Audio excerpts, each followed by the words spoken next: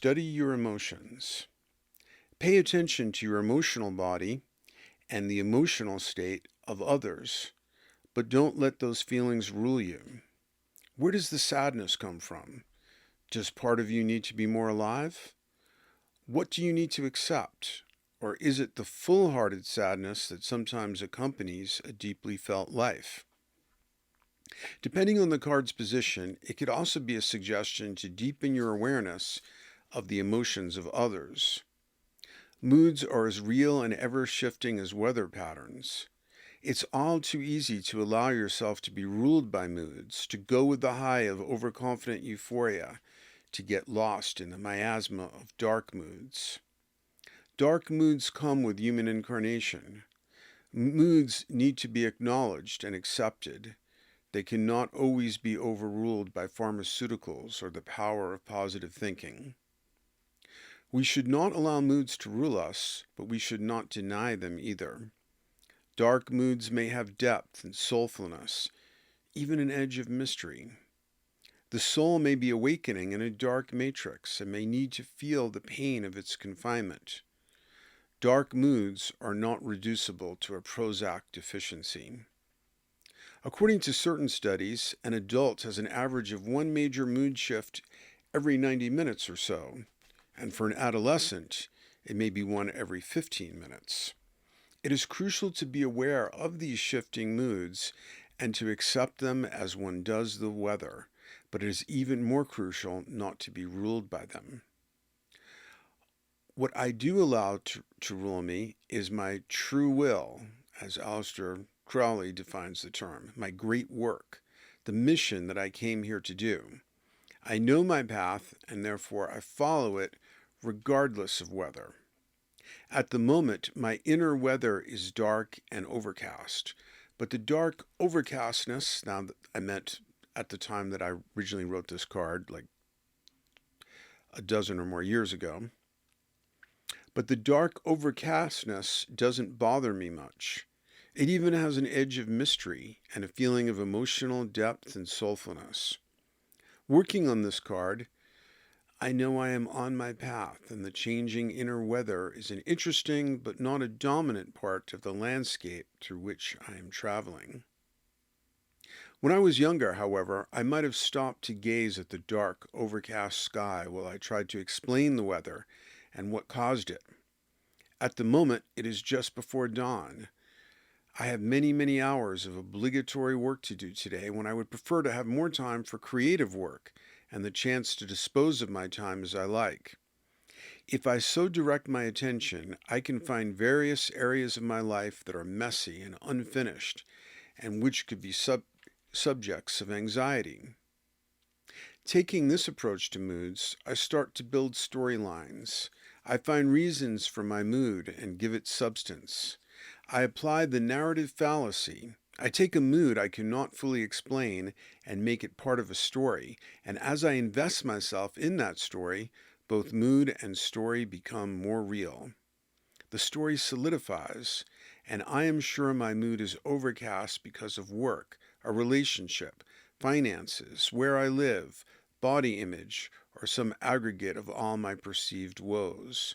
I construct and live in the story, and the prevailing mood feels inevitable and warranted.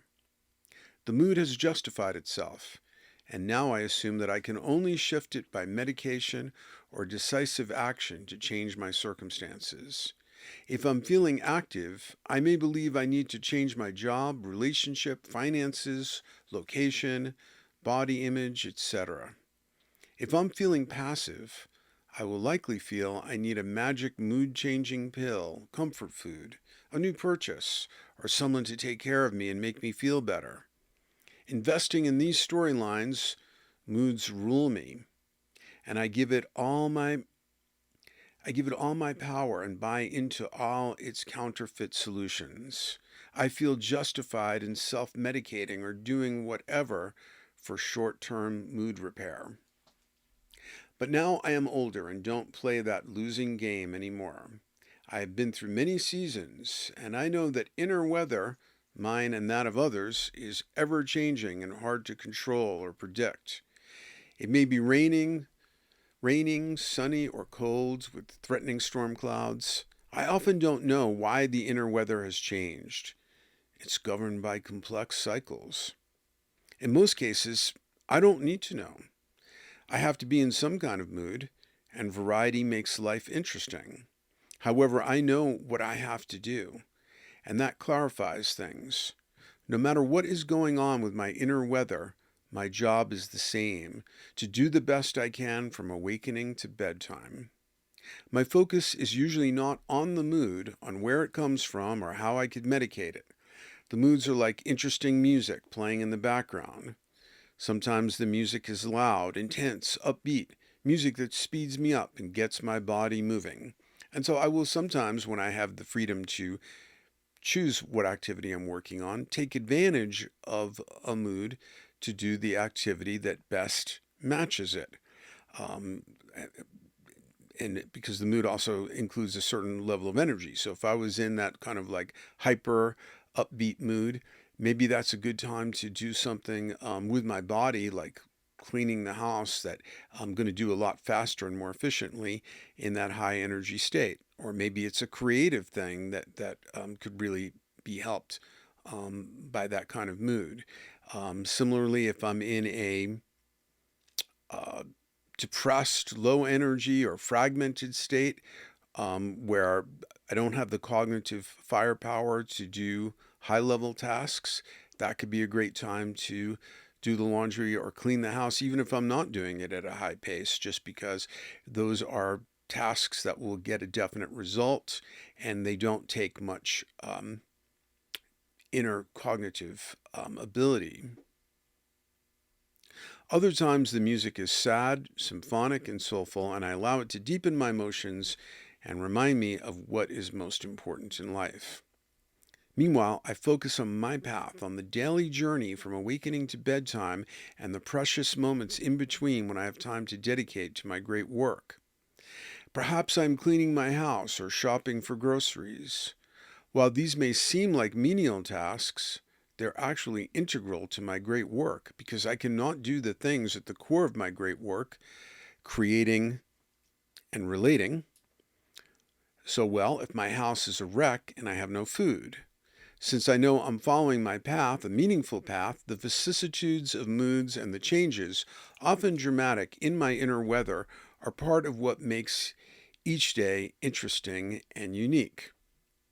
I live in Boulder, Colorado, a mountain town, a high desert, a place of unstable mountain weather that can shift dramatically in minutes.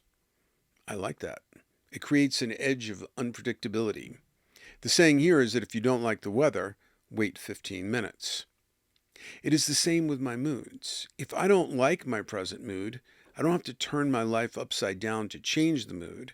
I just have to wait for a bit because the inner weather changes as regularly as the outer weather.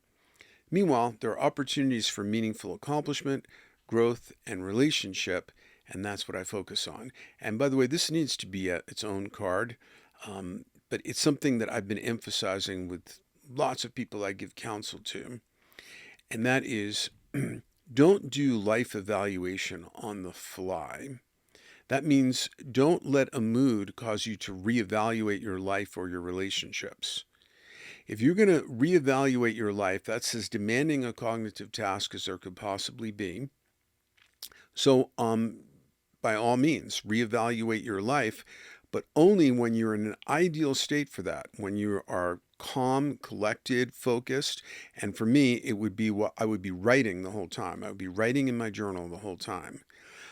So what people do that really undermines their morale is while they're in the worst possible mood, they're like, oh, that's what my life sucks. They start evaluating their life on the fly when they're in an unreliable emotional state. Don't do that. It's a complete waste of time and energy and just undermines morale. Make a note to yourself of like, oh, I'm trying to reevaluate my life. I'm going to wait till I can do a journal session and do just that one thing. I'm not going to do it while I'm doing other things and there's just a bad mood prompting that.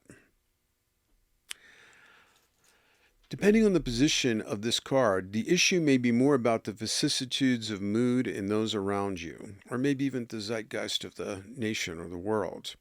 Some people who haven't matured in relationship to mood, who allow moods to rule them, will build dramatic stories about their moods and want to include you in these stories. They make their mood into a garish drama and invite you to be part of that drama.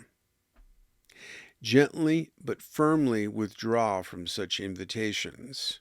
If you step in and allow yourself to be a character in their mood-driven dramas, you only increase the power of the story. It has actual people in it, so it must be real. Be alert to the ever-shifting weather systems of others and adjust your boundaries accordingly. Know when to approach and when to lovingly yield to others the space to find their own equilibrium or equilibria.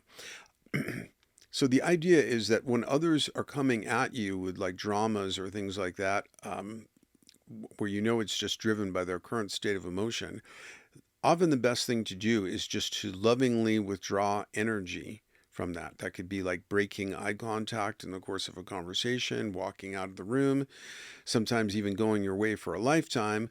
But you don't want to feed that drama because you're not helping them in doing it. You can try and like tell them, hey, look, if you really feel this strongly about it, let's have the dialogue about it in writing. Send me an email with what you think is going on, because this then is summoning them to use their higher thinking and to be more focused and more reasonable in their point of view.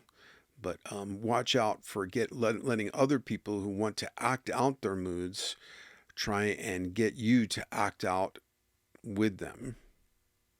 Feel the moods, monitor the weather as it shifts within you, the people around you, the groups you're a part of, the nation and the world, but allow no weather system to rule you and envelop you with a story.